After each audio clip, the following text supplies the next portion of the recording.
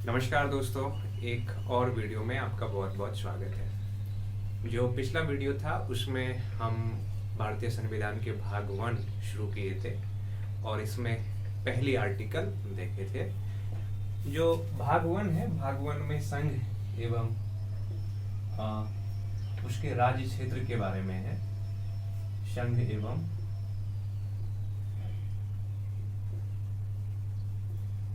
उसके राज्य क्षेत्र के विषय में है। इसमें आर्टिकल 1 में हमने क्या देखा था कि भारत राज्यों का संघ है, और जब हम कहते हैं कि भारत राज्यों का संघ है तो इस संघ में राज्यों की जो स्थिति है, इनको समझने के लिए हमें दो बात ध्यान में रखना है कि इस संघ का निर्माण राज्यों के बीच आपसी सहमति या समझौता का परिणाम नहीं है, और दूसरा, किसी भी राज्य को इस संघ से अलग होने की शक्ति नहीं है। हमने देखा था कि अमेरिका शुरू में कन्फेडरेशन था। कन्फेडरेशन में क्या होता है कि राज्यों के पास स्वतंत्रता ज्यादा होता है संगठन के तुलना में, और राज्य इस चीज के लिए भी स्वतंत्र होता है, वह जब चाहे उस संगठन से अपने आप को अलग कर सकता है। बाद में अमेरिका कन्फेडरेशन से फेडरेशन बना, और फेडरेशन में क्या होता है कि राज्यों के पास संगठन से ज्यादा शक्ति होता है, किंतु राज्य अपने आप को उस संगठन से अलग नहीं कर सकते हैं।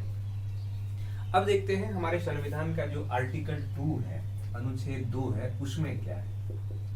देखिए, जो भारतीय संविधान का आर्टिकल 2 है, इसमें कहा गया है कि संसद के पास ये शक्ति होगा कि हमारे संसद क्या कर सकता है कि नए राज्यों को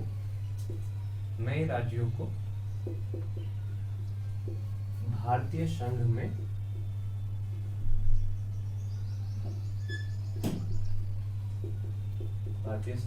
प्रवेश की अनुमति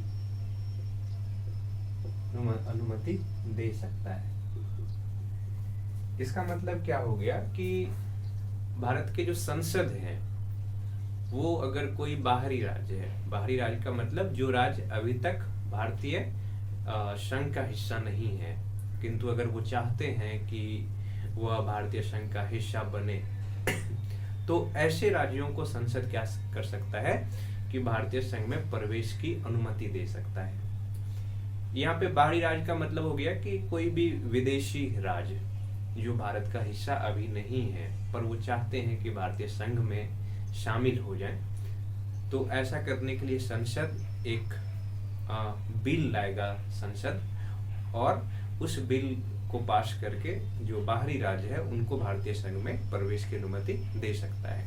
किंतु एक चीज ध्यान में रखना है कि जब भी संसद कोई नया बिल लाएगा किसी बाहरी राज्य को भारतीय संघ में प्रवेश देने के लिए, तो राष्ट्रपति के पूर्व अनुमति से लाएगा। जब भी विधेयक लाएगा तो विधेयक क्या होगा कि राष्ट्रपति के पूर्व अनुमति से लाएगा, राष्ट्रपति से पहले ही अनुमति लेना पड़ेगा, उसके बाद ही कोई ऐसा बिल या विधेयक लाया जा सकता है जिसका संबंध किसी बाहरी राज्य का भारतीय संघ में प्रवेश से हो। तो आर्टिकल 2 में क्या कहा गया है कि संसद के पास ही शक्ति है कि संसद चाहे तो किसी बाहरी राज्य को भारतीय संघ में प्रवेश की अनुमति दे सकता है। देखिए, जहां तक बाहरी राज्यों का संबंध है, तो जो आज सिक्किम है, सिक्किम शुरू में भारतीय राज्य क्षेत्र का या भारतीय संघ का हिस्सा नहीं था। सिक्किम की स्थिति को अगर हम देखें तो सिक्किम 1974 से पूर्व, जो सिक्किम है, सिक्किम 1974 से पहले, 1974 से पहले ये क्या था, ये भारतीय संघ का हिस्सा नहीं था, बल्कि एक स्वतंत्र राज्य हुआ करता था, किंतु इसकी रक्षा की जिम्मेदारी भारत के पास था, तो सिक्किम को कहा जाता था भारत के रक्षित राज्य, प्रोटेक्टेड स्टेट। सिक्किम को कहा जाता था प्रोटेक्टेड स्टेट, यानी कि भारत के रक्षित राज्य। पर क्या होता है कि 1974 में ही सिक्किम की जो जनता है वो भारतीय संघ में शामिल होने के लिए वहाँ पे जनमत संग्रह होता है। और 1974 में हमारे संविधान में एक बिल ला करके एक संविधान संशोधन होता है, 35वां संविधान संशोधन 1974 में 35वां संविधान संशोधन। और 35वां संविधान संशोधन के द्वारा सिक्किम को क्या किया जाता है कि भारतीय संघ में प्रवेश दिया जाता है। भारतीय संघ में प्रवेश, यानी कि सिक्किम अब भारतीय संघ का हिस्सा बन गया। किंतु इसको पूर्ण राज्य का दर्जा कब मिलता है? सिक्किम को पूर्ण राज्य का दर्जा मिलता है 1975 में, जो 36वां संविधान संशोधन हुआ था। 36वां संविधान संशोधन के द्वारा सिक्किम को पूर्ण राज्य का दर्जा मिला। यानी कि देखिए आर्टिकल 2 जो है ना, कोई भी बाहरी राज्य अगर वो चाहता है कि भारतीय संघ का हिस्सा बने तो संसद उनको भारतीय संघ में प्रवेश की अनुमति दे सकता है। किंतु इसके लिए जरूरी है कि संसद में एक बिल आएगा, एक विधेयक आएगा, और वो विधेयक क्या होगा कि हमारे संसद से पास होना चाहिए, उसके बाद ही ऐसा हो सकता है। नहीं तो जो अखंड भारत निर्माण की सपना भारतवासियों की है, या बहुत सारे लोग का मानना है कि कभी न कभी आगे चल के भारत फिर से अखंड भारत बनेगा, जिसमें बांग्लादेश, पाकिस्तान, अफगानिस्तान, नेपाल या इन सब जो देश है ये भी जुड़ेंगे, तो उनका संबंध कहीं न कहीं आर्टिकल 2 से है। आर्टिकल 2 के द्वारा ही ये चीज हो सकता है। तो आर्टिकल 2 में क्या है कि जो बाहरी कोई राज्य है वो अगर भारतीय संघ में प्रवेश करना चाहता है तो संसद उसको प्रवेश की अनुमति दे सकता है। अब देखते हैं आर्टिकल 3, आर्टिकल 3 में क्या कहा गया है।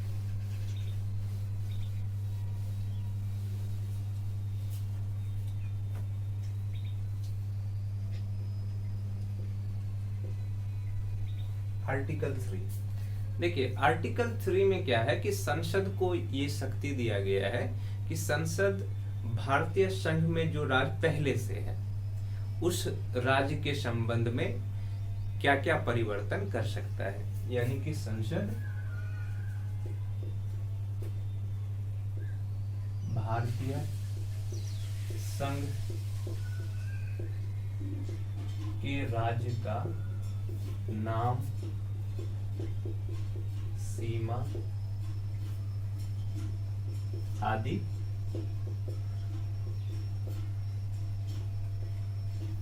परिवर्तन कर सकता है।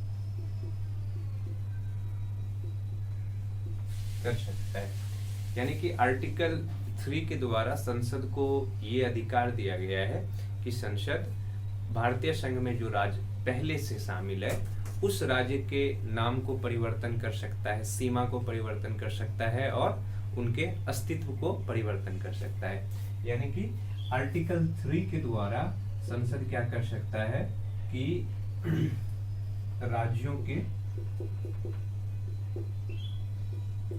सीमा को क्या कर सकता है कि घटा या बढ़ा सकता है,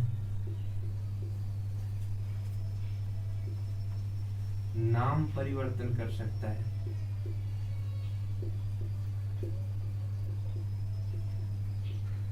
नाम परिवर्तन कर सकता है, या अगर संसद चाहे तो उस राज्य के अस्तित्व, उस राज्य के जो अस्तित्व है उस अस्तित्व को भी समाप्त कर सकता है, नए राज्य का निर्माण कर सकता है, नए राज्य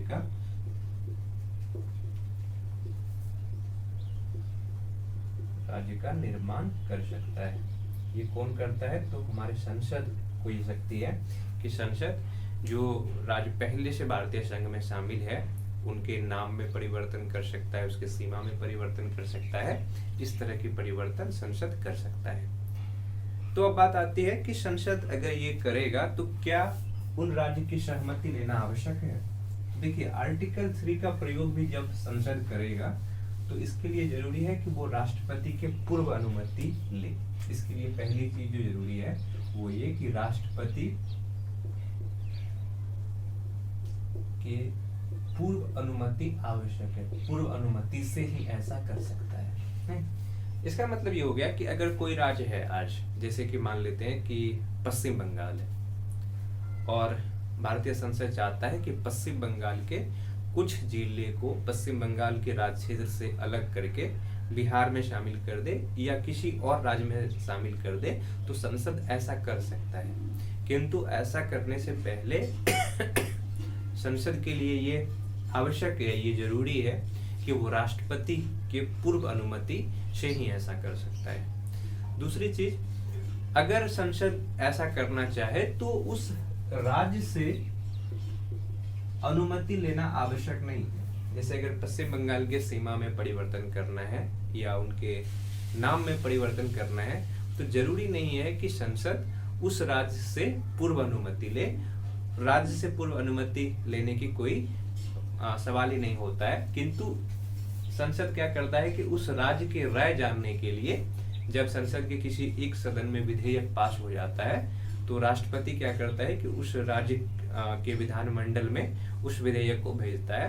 पर अगर वो राज्य के विधानमंडल राज्य के नाम, सीमा आदि परिवर्तन की सहमति में अपना पक्ष रखे या उसके विरोध में रखे, इससे कोई फर्क नहीं पड़ता है। अगर संसद ने ये निर्णय कर लिया है कि किसी राज्य के सीमा में परिवर्तन करना है या नाम में परिवर्तन करना है, तो वो हो जाता है। तो आर्टिकल 3 में क्या है कि जो राज्य पहले से भारतीय राज्य संघ में शामिल है, उसके नाम, सीमा आदि में अगर परिवर्तन करना हो तो संसद ये कर सकता है। किंतु इसके लिए जरूरी है कि वो संसद राष्ट्रपति के पूर्व अनुमति से ही ऐसा कर सकता है। अब देखिए, जो भाग 1 का चौथा आर्टिकल है, आर्टिकल 4, इसमें क्या कहा गया है? आर्टिकल 4 में कहा गया है कि संसद जब भी आर्टिकल 2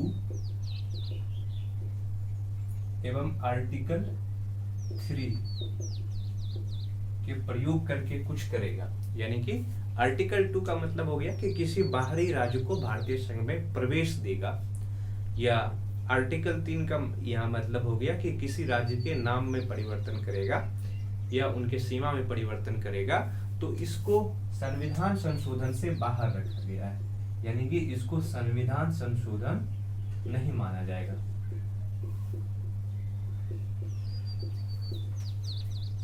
संशोधन से बाहर रखा गया है, यानी कि आर्टिकल 2 और आर्टिकल 3 के प्रयोग करके अगर संसद कुछ करना चाहता है तो ये साधारण प्रक्रिया से हो जाएगा।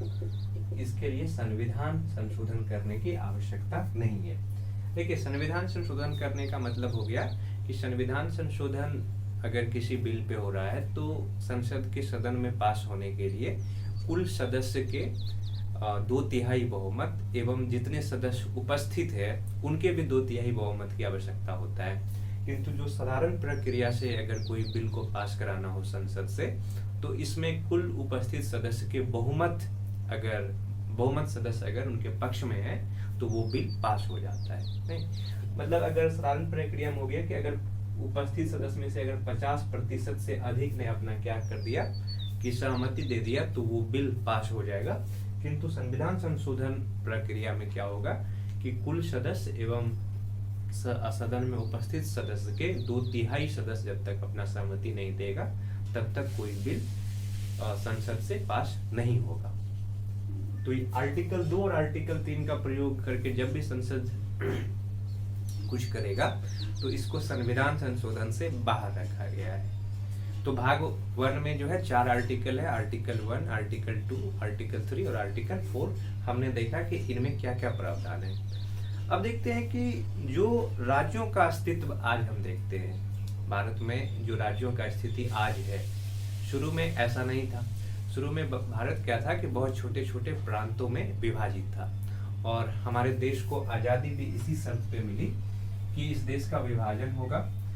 साथ में जो ये छोटे छोटे प्रांत थे, इन प्रांतों को ये स्वतंत्रता दिया गया कि ये प्रांत चाहे तो अपने आप को भारत के साथ रख सकते हैं, अगर चाहे तो पाकिस्तान के साथ, और अगर ये प्रांत अपने आप को चाहे तो स्वतंत्र भी रख सकता है। नहीं, तो जिस समय देश आजादी मिली थी देश को, उस समय भारत लगभग 600 छोटे छोटे रियासतों में क्या था, बटा हुआ था। इन 600 रियासत में से 542 रियासत जो है ये क्या हो गया, ये भारत में शामिल हुआ, और जो बाकी रियासत है वो पाकिस्तान का हिस्सा बना। किंतु इस 542 रियासत में से जो 3 रियासत है, इन 3 रियासत को विशेष प्रक्रिया के द्वारा भारतीय संघ में शामिल किया गया। ये कौन कौन रियासत है? 3 रियासत जो है ये, इसको क्या किया गया कि विशेष प्रक्रिया से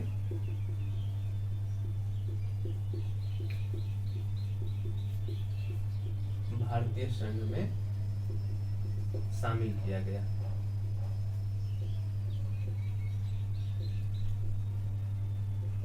और ये 3 रियासत कौन कौन है?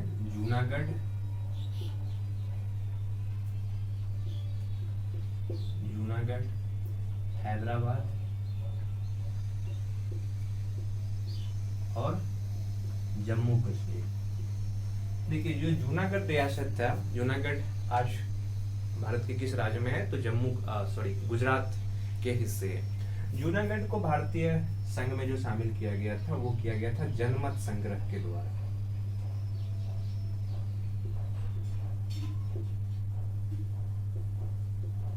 और जो हैदराबाद थे, हैदराबाद का जो स्थिति था, हैदराबाद में निजाम का शासक था और निजाम मुस्लिम थे, किंतु वहाँ की जो जनसंख्या था वो अधिकांश जनसंख्या हिंदू था। निजाम चाहते थे हैदराबाद को पाकिस्तान का हिस्सा बनाना, किंतु हैदराबाद की जो भौगोलिक स्थिति था वो बहुत महत्वपूर्ण था, क्योंकि इसका सीमा कहीं भी पाकिस्तान से नहीं लगता था, और अगर ऐसा होता तो भारतीय राज्यों के लिए मुश्किल हो सकता था। तो हैदराबाद में एक अभियान चलाया गया, ऑपरेशन विजय, और ये एक सैन्य अभियान था। ऑपरेशन विजय ये एक सैन्य अभियान था, और इस अभियान के द्वारा हैदराबाद को भारतीय संघ में शामिल किया गया। भारतीय संघ में क्या किया गया? हैदराबाद को शामिल किया गया।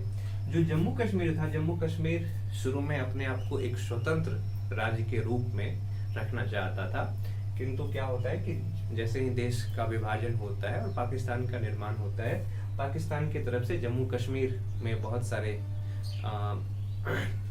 जो उग्रवादी थे उन्होंने प्रवेश किया और जम्मू कश्मीर के कुछ हिस्से को अपने कब्जे में ले लिया। फिर जम्मू कश्मीर के जो राजा थे हरि सिंह, उन्होंने क्या किया कि भारत सरकार के साथ विलय पत्र पर समझौता किया, और इस समझौता के द्वारा जम्मू कश्मीर को भारतीय संघ में शामिल किया गया।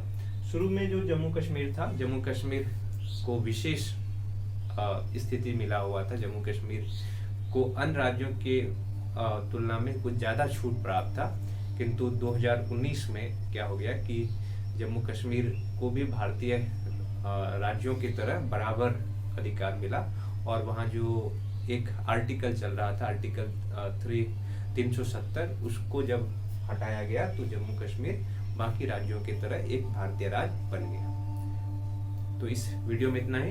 धन्यवाद।